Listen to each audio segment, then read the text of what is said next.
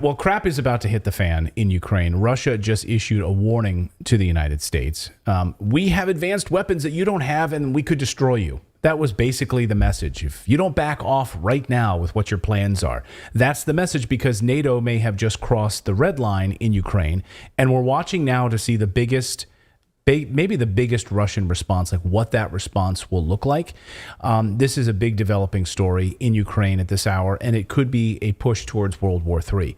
Specifically, NATO, led by the United States and Britain, just introducing depleted uranium tank shells into the fight, which, of course, Russia warned about weeks ago. And as recently as a few days ago, said this is a red line you cannot cross, and we will respond accordingly. So we will get to that in a second. I mean, the U.S. has actually been pretty quiet about this. The UK government has actually been pretty vocal about this. And we're going to show you the video where these depleted uranium shells are caught on camera in a big propaganda piece by the British government. Like, here's our training of these Ukrainians and their tanks. Oh, and here's some depleted uranium shells, which when unleashed on a population causes cancer for generations to come. Again, I dare you to Google the term depleted uranium Iraq and look at the awful photos of children from Iraq from using depleted uranium shells and the tumors and the awful stuff. So that's coming in Ukraine. But first, before we even get there, the UN Security Council just voted on Russia's resolution to create a UN commission to investigate the largest ecological terror attack in world history, the bombing of the Nord Stream pipeline. Let's watch this vote. So here was the vote. Here is the vote. All right. How many of you in favor? How many of you in favor? Okay, we got 1, we got 2, and 3. Okay, you got China, Russia, and Brazil in favor. How many opposed to the investigation of the Nord Stream pipeline? How many of you are opposed? How many of you are opposed or abstain? How many of you and... Oh, all of you. All of you pieces of shit don't want an investigation. No, thank you. What world am I living in? So my son, he's 12. He's more intelligent than all those people in that room. He's right now in the middle of a like a model UN, like learning about the United Nations, right? And he was assigned a country, and so he's been doing research and stuff. Anyway, nevertheless, he was asking tonight what's in the show, and I was talking about the United Nations, and he's like, "Oh, well, what about?" And I said, and I explained how the United States blew up the Nord Stream pipeline, but the United States says we didn't do it. In which case, you would then say, well, let's have an investigation. If we say we didn't do it, you should have an investigation. And my son said, yeah, Daddy, that makes no sense. That would be like me saying I didn't eat all the cookies and, saying, hey, well, we're going to look in your stomach to prove it. And no, I don't want you to look in my stomach. Well, why wouldn't you? Well, because if you didn't eat all the cookies, then we shouldn't look there. That's a very invasive example, but we'll go with it. That's all we could think of in the moment. We were just flying by the seat of our pants. It was me and my son just kind of spitballing ideas. It was a pro-Ukrainian group. What else do they need to know? Right. So no investigation. You don't need to do an investigation. We already told you. So can you believe that? All of these countries, like, nope, no investigation needed. Insane. And Russia wanted an international investigation. The United Nations would do the investigation. No, we don't. We vote against that. That is infuriating. Yes. Like, if you're sometimes I just walk around our studio in our office and I'm like, what is happening in this clown world? Yeah. Like, how do these people live with themselves at night? Daddy, what did you do today?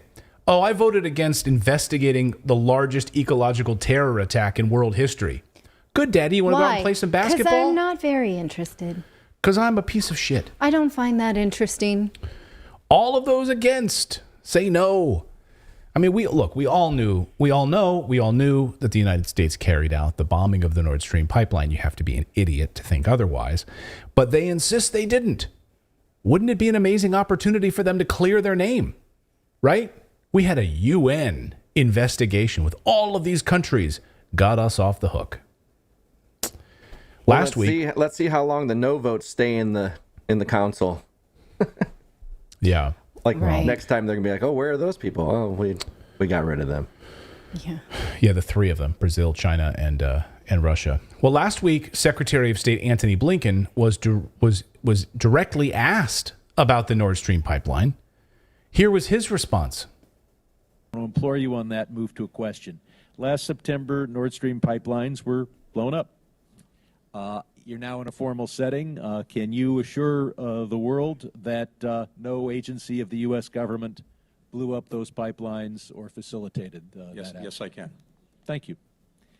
Putin has told us he wants to restore the Soviet Union. Yeah. Roger that. Next. So, Talk about box ticking. oh my God. I mean, literally, kids, I would love for kids to just come closer to your television. This is what it looks like when a grown man is lying right to your face. Lying right to your face. Let's watch it again. Well, I want to implore you on that, move to a question. Last September, Nord Stream pipelines were blown up. You're now in a formal setting. Can you assure the world that no agency of the U.S. government blew up those pipelines or facilitated Yes, that? yes, I can. Thank you. well, and think about it. That plays to the narrative. They're saying it was a pro-Ukrainian group. He's on the record now saying it wasn't an actual, department of the military. So that leaves it to what? Volunteers that are over there that we've sent over there? Right. Yeah. They're pro-Ukrainian. Who is it? Well, that's what the New York Times said, that they were just state actors that were sort of renegade or freelancers. Like a freelance writer, you just get a freelance pipe blower upper. Well, and also, he may be able to sort of step out of this and say, I don't know. I was not in those negotiations. So yeah, I can say that U.S. wasn't involved because he wasn't brought into those meetings. Now, ask the same question of Ned Price. Ask the same question of the other people involved. But at that's the CIA. not what the question was. The question was, can you say with certainty that the U.S. didn't do it? He's not saying, did you know anything about it? He's saying, do you know for sure that it wasn't the U.S.? And he says, yes, definitively, which then would require a response. Like, how do you know that? Because there's so much gray area right now. Can you tell us what allows you to say that with such declarative nature? Well, he just moves right on, right? Because then he's on to the next question. He's like, good, I'm glad we got that out of the way. You're a good guy. All right, let's move on. But he's not giving him a way of plausible deniability. Like, not, did you know? Did you have any evidence of this? Yeah. That would be a That different. was my Yeah. That was my point with how he framed the question, because he specifically said it in a way that it limits the amount of people he's asking. It's like, this little branch of our military, it's these, you're sure it wasn't this small thing, but that's outside of the mercenaries we have, all the other stuff that falls outside of that still we would consider military because they're paid from our budget. Yeah. I mean, I'm just so disgusted with our government. I mean, it makes my skin crawl to think about these people and these people in power right now sitting in Washington, just totally ignoring questions posed to them in a congressional hearing, lying right to our faces. Like, this is, so when I teach my children about government and like civil service and the United Nations, like, I'm looking at a bunch of scumbags. And these are the people that are in power. Like, why would my son want to learn about this organization, like, held up in such high regard when they're literally sitting there as a group of liars? It's really, really disgusting and disheartening. And to see what's happening with, nuclear attacks on nuclear power plants, and the UN does nothing. You've got a story on Libya here we're going to talk about, does nothing about, what's going on in Nicaragua. Awful, awful stuff. So anyway, and just feeling like punched in the stomach with this stuff. Before we get to the depleted uranium, which is about to be unleashed on the civilians that live in Donetsk and the greater Donbass region, I like this comment here. Natalie pointed it out in our chat. From Shankar N says, Ukrainium plus depleted uranium equals depleted Ukrainium. That's a good play on words. It's an awful thing, though, because that is exactly what will happen, is the complete depletion of that land. Awful. Yeah. So remember, guys, what's happening in Donetsk, what's happening in former Eastern Ukraine, now Russia, that this was Eastern Ukraine. Many ethnic Russians lived in this area since 2014. Ukraine, of course, has been bombing this region, carrying out a genocide. Last year, Russia had enough of the bombing and the killing of civilians, and they moved in. They called it a special military operation. The rest of the world, called it an invasion, and they were going to, take over Ukraine. But if you actually understood what was going on here, it was much more nuanced than that, but they didn't care. They took over. Russia came in, took over this area. And the people voted to become part of Russia in this section of Ukraine. It didn't have to be this way, but NATO wanted it this way. But some newly unearthed, stunning video from CNN has emerged. It's from about a decade ago. Yes, CNN had reporters in Donetsk covering the genocide. Did you know that? I didn't. And they were covering what Ukraine was doing to the people of the eastern part of that country, their own people, their own citizens. CNN does not want you to see this video, and that's why they've hidden it on their website. But thanks to the internet, we're going to show it to you now. This is CNN covering Donetsk, the Donbass, being attacked by Ukraine. Watch. Petro Poroshenko will have a hard time winning back hearts and minds in this city. As the people of Donetsk sweep up the debris of their homes and livelihoods, they are hardened against a president they say is killing his own people. We are Ukrainian, but they kill us, this man says. So we probably need our own country. But people in Kiev, they are not brothers for us. The shells hit these homes days ago, but the tears are still fresh. Или слава. 27-го, 28-го, 29-го очень сильно. Фактически мы живем под подвалом. We live on the ground. It was so hard for 2 weeks, especially for 27, 28, 29th. But only today it's quiet. Извините, я пойду. Sorry, I need to go. 2 people were killed outside this block of flats last Wednesday. One of them was a 50-year-old woman, the other a 34-year-old woman. Her husband, who won't talk to us, he says he's in shock, managed to make it down to the cellar with their little child, but she just didn't have the time. And this is a story that repeats itself over and over in dozens of apartment blocks, with civilians being killed by the constant shelling around Donetsk. CNN. I guess they've forgotten that. That's before the narrative shifted, and they were no longer allowed to tell the truth about what was going on there. Once, of course, the deep state got their claws in you and told you to start covering this story, that's how it unfolded. So CNN, of course, wasn't alone in their coverage of this genocide or the neo-Nazis or any of the stuff that was happening there.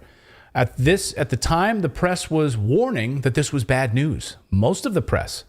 And that the U.S. was going to drag us into war in Ukraine. That was the message from Europe. Like, hey, watch what the U.S. is doing right now, meddling in Ukraine. They're going to drag us into war. Here's the front page of the Guardian newspaper. In Ukraine, the U.S. is dragging us towards war. Washington's role in Ukraine and its backing for the regime's neo-Nazis has huge implications for the rest of the world. May 13th, 2014. Oh. So this morning, the tanks arrived. The tanks have arrived, complete with training on how to use depleted uranium shells. We're waiting to find out if those shells have now arrived in Ukraine. I'm sure they were shipped as part of the bundle of these tanks. So what's going on here? Well, Ukrainian soldiers have been filmed alongside depleted uranium ammunition in Britain that Britain is supplying out of their own country for the fight against Russia. Now, the footage was included in a new documentary just released in the past 24 hours. The UK Ministry of Defense released this video of Ukrainian tank crews completing their training. Like, hey, they just graduated to go back to Ukraine and then be destroyed. They'll probably last 4 hours, right? That's what Ukraine has said, that a soldier's lifespan is now about 4 hours once it hits the battlefield. So these people that have had 3 months of training now, they won't live very long after this. Here's just a little taste of this new propaganda piece that the British Ministry of Defense just released. I watched this whole thing, so you don't have to. Here's just a sample of this tank training that you're paying for with tax dollars. Yes, so obviously we are training the Ukrainian drivers. So it's a 3-week course for them himself. Obviously, normal drives would take about a month, but obviously we're going through the process of how to guide the vehicle on the ground. But also we do maintenance, so like at the moment we're changing sprockets, that's due to wear and tear. But it's a good thing for them, so if that does happen, they've got a way to do it, knowledge of how to do it in the field. And then... Yeah. So that's the tank. So we sped up their training. Normally it would take a month, but we've sped it up. We've sped up their training. So we just get them back in there as cannon fodder. So we'll show you that depleted uranium footage in a second, but here's an eagle-eyed observer caught the depleted uranium shells in the video. So this is a screen grab from the video here. You can see them sitting on the table and some of those shells. So you can see that there. The U.S. denies supplying depleted uranium ammunition to Ukraine, and yet here are those shells. Here's a U.S. soldier in Britain teaching Ukrainian troops about these tank shells. So this is a U.S. soldier. They are doing the training, pointing them out and instructing them how to load them, how to be familiar with them, showing them the different ammunition types. These depleted uranium rounds that are being supplied to Ukraine. This was captured on camera as part of that same British documentary. Watch. And one track will be slightly looser, one track will be a lot tighter. So there you can see the shells on the table. As he was explaining how these things load, how they explode. The only other thing I would say, only because they were Americans. Yeah, I was going to say, that's an American accent. Yeah, so Americans explaining how these different shells work. Okay, so as you can see then, it's yellow, which denotes it's got high explosive content inside it.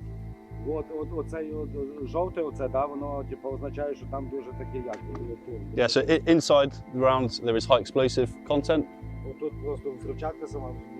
Yeah. So these are the rounds being shipped with the tanks. Well, most likely, right? So we still need confirmation that they have now arrived in Ukraine, but the tanks are showing up and they've already told us they're going to. According to Ukraine's Minister of Defense, Annabelle Goldie, last week, Britain will be sending depleted uranium shells to Ukraine with these tanks. That's right from the ministry's mouth, as we reported last week. These are armor-piercing weapons that cause cancer. And if you need it and it gets into the soil and the fragments from the dust of this will ruin people's lives and, of course, this area for decades, generations to come. So, hey, if we can't have this area back, this eastern Ukraine back, that's now part of Russia, we'll just deplete the area, make it a no man's land, and kill all the people there. If you needed any more evidence that the West wants the total destruction of the Donbass, then look no further. Putin responded to the UK defense minister announcing these new shell deliveries. Watch this again. Что Великобритания устами заместителя главы Министерства обороны этой страны объявила не только о поставках танков на Украину, но и снарядов с объединенным ураном. Похоже, что Запад действительно решил воевать с Россией до последнего украинца уже не на словах, а на деле.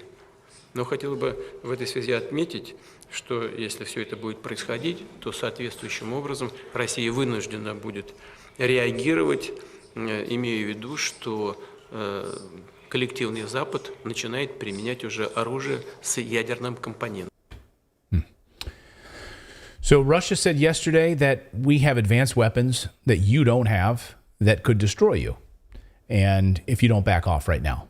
So here we are, like on the precipice. And this comes on a day when Germany also rolled in their tanks. So all the tanks are now arriving just in time for whatever shit is about to hit the fan inside of Ukraine. On Monday, Der Spiegel reported that 18 Leopard 2 battle tanks have been received by the Ukrainian government after the tanks were successfully delivered across the Ukrainian border. And the UK sending their tanks, the United States still working on getting their tanks delivered, and all of these additional armored vehicles now showing up. So, peace talks? So, UK sending tanks with depleted uranium, German tanks just arrived. So, get ready, folks. There's your on the precipice of World War III. If you want to get a clear example, or like this is a clear example of NATO's real like intentions towards Ukraine of having them fight to the last person, because they wait until like their army is already completely decimated, and then they're like, okay, here's some tanks. Yeah. You know, like they didn't get to that right in the beginning. They're like, because they don't really care. No, and now we're sending in jets. Yeah. So jets and tanks and depleted uranium. You know, like yeah, but I'm gonna still argue that how do we don't even know that their military is depleted like they keep telling us. And it's like, are they just using that as an excuse to keep sending more weapons and money because of it's like a money laundering scheme? Because like we've not seen any proof of the numbers at all. Well, the Senate today announcing that they putting together an auditing like body that's going to actually finally start like looking into things. Oh, I believe that. So 100%. We'll get to the bottom of this. Like, well, you know, like there was the Taliban in the past like 24 hours released videos in Afghanistan how like all these weapons, like they're parading around with U.S. weapons. Like U.S. weapons are flowing everywhere. Yes. Not to the, you know, and those who needed it in Ukraine, I guess. I mean, those people are gone. You know, those people have been destroyed. That's the recipe for any successful business, isn't it? Like you start your business and then like a year or two later, you get an accountant. Yeah. Right. Just so that you know they can come in and find out what you've been up to. You know, like 2 years later. So you get that. 2 years later. Thank you so much for watching this segment here at Redacted. We are live every day at 4 p.m. Eastern Time, trying to share the stories that the mainstream media will not cover. You should also come over and join our community of Redacted Rebels over at redacted.inc. That's our private locals community where we can share exclusive content that we simply cannot share here on YouTube. Come over and join the rebellion together right now by going to redacted.inc. We'll see you next time.